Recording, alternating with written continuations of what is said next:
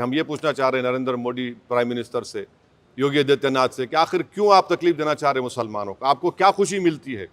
कोई प्रॉफिट मोहम्मद सल्लल्लाहु अलैहि वसल्लम के बारे में अनाप शनाप बकवास बकता है तो आपको खुशी मिलती है क्या?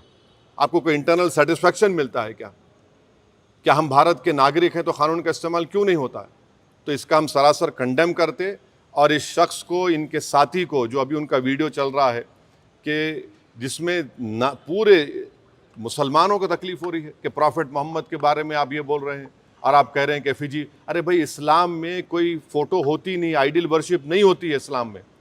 इस्लाम में हम किसी हमारे प्रॉफिट का हो, हमारे खुलफाए राशिदीन का हो, उनका हम फ़ोटो नहीं बनाते और आप बोल रहे हम उनका एफिजी जलाएंगे।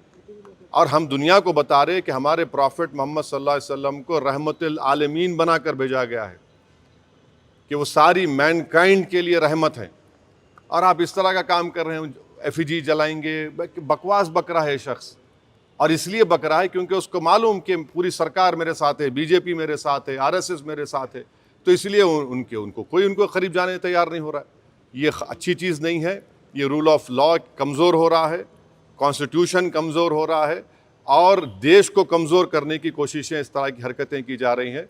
तो हमारा डिमांड हमारे प्राइम मिनिस्टर से भी है, यूपी के सीएम से भी है, कि अगर आप बायस नहीं हैं, अगर आप लोग इस शख्स की सपोर्ट नहीं कर रहे हैं तो इमीडिएटली एक्शन लीजिए, उसको अरेस्ट करिए, अरेस्ट करके उसको जेल को भिजाइए। ये आपका टेस्ट है, आप बायस है नहीं है। अगर आप नहीं करेंगे तो यकीनन आपकी आशीर्वाद से, आप लोगों की एक्टिव सपोर्ट से ये भारत के 19 करोड़ मुसलमानों के जज्बात को ठेस पहुंचा रहा है। ये ठीक बात नहीं है।